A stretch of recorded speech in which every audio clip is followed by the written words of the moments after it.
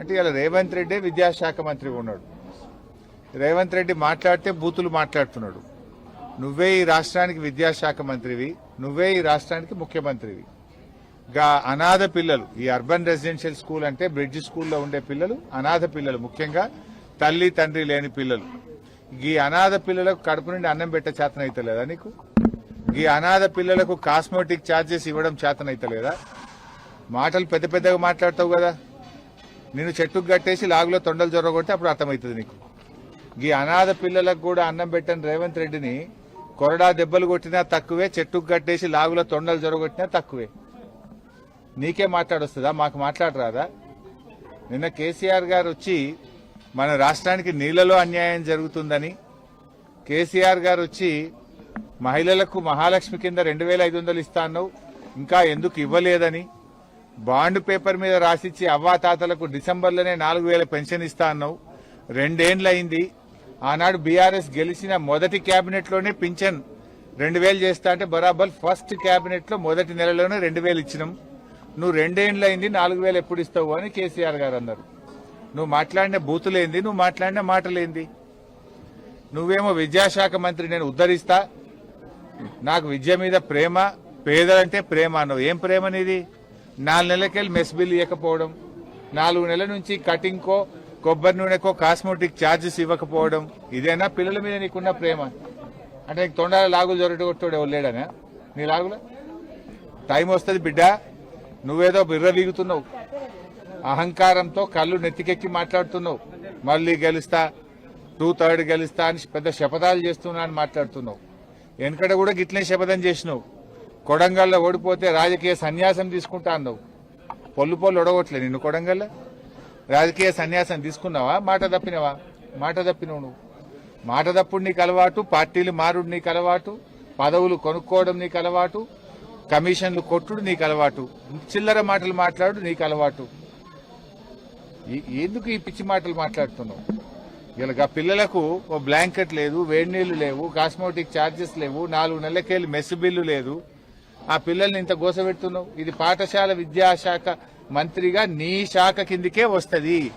నీ శాఖలోనే ఇంత అధ్వానమైన పరిస్థితి ఉందంటే నేను అడిగేటోడు లేడనుకుంటున్నావా? నీ లాగులో తొండలు జొరగొట్టేటోడు లేడనుకుంటున్నావా? నీకేం మాట్లాడొస్తుందా? మాకు మాట్లాడరాదా? మాట అనేది గౌరవం ఇచ్చి పుచ్చుకోవాలి. నువ్వు గౌరవం తప్పినప్పుడు, నువ్వు విలువలు లేకుండా మాట్లాడినప్పుడు ఎదుటి వాళ్ళు కూడా అదే పద్ధతిలో మాట్లాడవలసి వస్తుందనే విషయాన్ని గ్రహించి ఇప్పటికైనా తెలంగాణ తెచ్చిన పోరాట యోధుడు కేసీఆర్, తన ప్రాణాన్ని కూడా త్యాగం చేయడానికి సిద్ధపడ్డ నాయకుడు కేసీఆర్.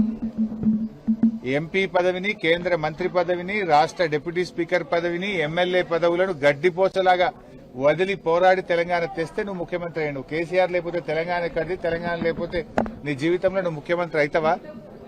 ఎందుకు ఆ పిచ్చి మాటలు మాట్లాడుతున్నావు? వయసులో నీకు తండ్రి లాంటి వాడు, తండ్రి లాంటి కేసీఆర్ గారిని, తెలంగాణ తెచ్చిన కేసీఆర్ గారిని అటువంటి మాటలు మాట్లాడొచ్చునా? నువ్వు ఏ సందర్భంగా ఏం మాట్లాడాలనో కూడా తెలియదా నీకు? కేసీఆర్ గారు అడిగిన ప్రశ్నలేంది, నువ్వు మాట్లాడిన మాటలేంది? ఆయన బేసిక్ ఇష్యూస్, రాష్ట్రానికి సంబంధించినటువంటి అత్యంత ప్రధానమైనటువంటి సమస్యల్ని కేసీఆర్ గారు లేవనెత్తారు. వాటికి సమాధానం చెప్పు. ఫార్మా సిటీ అనేది హైదరాబాద్ లో కాలుష్యాన్ని తగ్గించడానికి, ముఖ్యంగా జీడిమెట్ల ప్రాంతంలో ఉండే పొల్యూషన్ ఇండస్ట్రీని ఇక్కడికి తరలించడానికి మేము ZLB జీరో లిక్విడ్ బేస్ తోని ఫార్మా సిటీని ఏర్పాటు చేసినాము. దానికి ఎన్విరాన్మెంట్ క్లియరెన్స్ తెచ్చినాము. దాన్ని నువ్వు రియల్ ఎస్టేట్ వ్యాపారం చేస్తున్నావు అన్నాడు. ఎందుకు చేస్తున్నావు? దాని గురించి సమాధానం చెప్పు. ఆనాడు నువ్వే కదా అడిగిపోయి ఈ ఫార్మా సిటీ వద్దు, రైతుల భూములు రైతులకు తిరిగిస్తా అని చెప్పినావు. నీది నోరా మోరా? ఈ రైతుల భూమి రైతులకు తిరిగన్నయ్యి. లేదు, కేసీఆర్ గారు ఆలోచన ప్రకారం ఫార్మా సిటీ అన్న పెట్టు. అది చెయ్యవు, ఇది చెయ్యవు, రియల్ ఎస్టేట్ వ్యాపారం చేస్తున్నావు. ఇలా తప్ప? మేము అడిగిన దాంట్లో, కేసీఆర్ గారు అడిగిన దాంట్లో తప్పున్నదా? ఫార్మా సిటీ పెట్టండి నిజం, రైతులకు భూములు వాపసు ఇయ్యండి నిజం, రియల్ ఎస్టేట్ వ్యాపారం చేస్తున్నది అంతకంటే నిజం. ఉన్న నిజాన్ని మాట్లాడితే ఈ చిల్లర మాటలు ఎందుకు మాట్లాడుతున్నావు? ఒక స్టేట్స్మెన్ లాగా, రాష్ట్ర సాధకుడిగా కేసీఆర్ మాట్లాడితే వీధి రౌడీలాగా నువ్వు మాట్లాడుతున్నావు, చిల్లర భాష మాట్లాడుతున్నావు. ప్రజలు నిన్ను ముఖ్యమంత్రిగా నీకు అవకాశం ఇచ్చింది ఈ చిల్లర మాటలు వినడానిక? చిల్లర మాటలు కాదు కదా. ఈ బడి పిల్లలకు బుక్కడి అన్నం పెట్టే తెలియలేదు నీకు. ఎప్పుడన్నా నువ్వు బడికి పోయి పిల్లలతో మాట్లాడితే కదా. ఇప్పుడు నేను ఈ పిల్లలు అనాథ పిల్లలు. ఇవాళ క్రిస్మస్ పండుగ రోజు ఈ అనాథ పిల్లల పరిస్థితి ఏంది, ఆ పిల్లలతో కలిసి భోజనం చేద్దామని నేను ఇక్కడికి వచ్చాను. ఆ పిల్లలకు కాస్మోటిక్ ఛార్జెస్ లేవు, 4 నెలలకెళ్ళి మెస్ బిల్లులు లేవు. కోడిగుడ్డు చూస్తే గోటి లెక్క ఉన్నది, అది గింతంతా. నువ్వు మాట్లాడుతావు ఓ గ్రీన్ ఛానల్, ఇప్పటి నుంచి గ్రీన్ ఛానల్లో పెట్టినాయిగా మొత్తం హాస్టల్లకు పైసలు బరాబర్ గ్రీన్ ఛానల్లో పడతాయా? నువ్వు పడ్డాయా గ్రీన్ ఛానల్లో పడితే మరి 4 నెలలకెళ్ళి ఎందుకు పెండింగ్లు ఉన్నది? నీ మాటలు కోటలు దాటుతున్నాయి, చేతలు గడప దాటడం లేదు. నీవు కమిషన్లు ఇచ్చే 10%, 20% ఏమో బిల్లులు ఫైనాన్స్ క్లియర్ అవుతున్నాయి. ఎస్సీ ఎస్టీ బీసీ పిల్లల బిల్లులేమో క్లియర్ గా, ఎందుకంటే పిల్లలు కమిషన్లు ఇయ్యరనే కదా నీకు 20% కమిషన్ రాదు కదా పిల్లలకు కాస్మోటిక్ ఛార్జెస్ ఇస్తే. కమిషన్లు ఇచ్చేటోళ్ళకేమో బిల్లులు ఇస్తారు, కాస్మోటిక్ ఛార్జెస్. ఈ పిల్లలు కమిషన్లు ఇయ్యలేరు కనుక వీళ్ళ బిల్లులు పడాయా? అంటే కమిషన్ల రాజ్యమేనండి ఇది. నువ్వే చెప్పినావు కదా పోయినసారి, మేము హాస్టళ్ల బాట బట్టి, గురుకులాల బాట బట్టి పిల్లల ఇబ్బందులను మీ ప్రభుత్వం దృష్టికి తెస్తే నువ్వేం మాట్లాడినావు? లేలే ఇప్పటి నుంచి అంతా గ్రీన్ ఛానల్, పైసలు పడకపోతే తోడకలు తీస్తాను. ఇప్పుడు ఎవరిని తోలు తీయాలి? నీ తోడకలు తీయాలి. ఇప్పుడు నువ్వు చెప్పుడు పైకి చెప్తున్నట్టు లోపలికి వెళ్ళి ఇత్తలేనట్టు నువ్వు.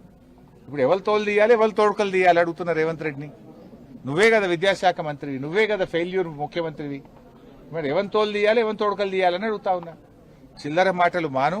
ఇప్పటికైనా ఎస్సీ ఎస్టీ బీసీ హాస్టళ్లు, గురుకుల పాఠశాలలు, కస్తూర్బా స్కూల్స్ పెండింగ్ మెస్ బిల్లులు, కాస్మోటిక్ ఛార్జెస్ తక్షణమే విడుదల చేయాలని డిమాండ్ చేస్తాం. స్కూల్ అంటే బ్రిడ్జ్ స్కూల్ అంటాం దీన్ని. ఈ బ్రిడ్జ్ స్కూల్ ను విజిట్ చేయడం జరిగింది. ఇంకా పిల్లలు చలితో చాలా ఇబ్బంది పడతా ఉన్నారు, చలికాలం కదా అని చెప్పి ఆ పిల్లలందరికీ ఈరోజు బీఆర్ఎస్ పార్టీ పక్షాన బ్లాంకెట్స్ అందజేయడం జరిగింది. అట్లనే పిల్లలకు పొద్దున్నే చలికాలం గనక చన్నీళ్లతో స్నానం చేయడం ఇబ్బందిగా ఉందని పిల్లలు చెప్పడం దృష్ట్యా మా స్థానికంగా ఉండే పవనసుత యూత్ ఆధ్వర్యంలో పిల్లలకు ఒక వాటర్ గీజర్ను కూడా ఈరోజు అందజేయడం జరిగింది. అయితే పిల్లలతో మాట్లాడినప్పుడు గత 5 మాసాల నుంచి కూడా పిల్లలకు కాస్మోటిక్ ఛార్జెస్ రావడం లేదు. అంటే ముఖ్యంగా నెలకు 200 రూపాయలు ఈ కాస్మోటిక్ ఛార్జెస్ పిల్లల హెయిర్ కటింగ్ కానీ, టూత్ పేస్ట్కు, బ్రష్కు, సబ్బుల కోసం, కొబ్బరి నూనె కోసం పిల్లలకు ఈ 200 రూపాయలు మనం ఇవ్వడం జరుగుతుంది. ఇప్పుడు August, September, October, November, December ఈ 5 నెలల నుంచి కూడా పిల్లలకు కాస్మోటిక్ ఛార్జెస్ రాలేదు. అదేవిధంగా పిల్లల మెస్ బిల్లులు కూడా 5 నెలల నుంచి పెండింగ్ లో ఉంది. ఇక్కడ ఉద్యోగం చేస్తున్నటువంటి ఆ ఉద్యోగి పాపం బియ్యం కోసమైనా, సిలిండర్ల కోసమైనా, లేదా మెయింటెనెన్స్ కోసం చిన్న చిన్న ట్యూబ్ లైట్లు, ఫ్యాన్ల మెయింటెనెన్స్ కోసమైనా తన సొంత డబ్బుల నుంచి పెట్టాల్సినటువంటి పరిస్థితి ఏర్పడతా ఉంది.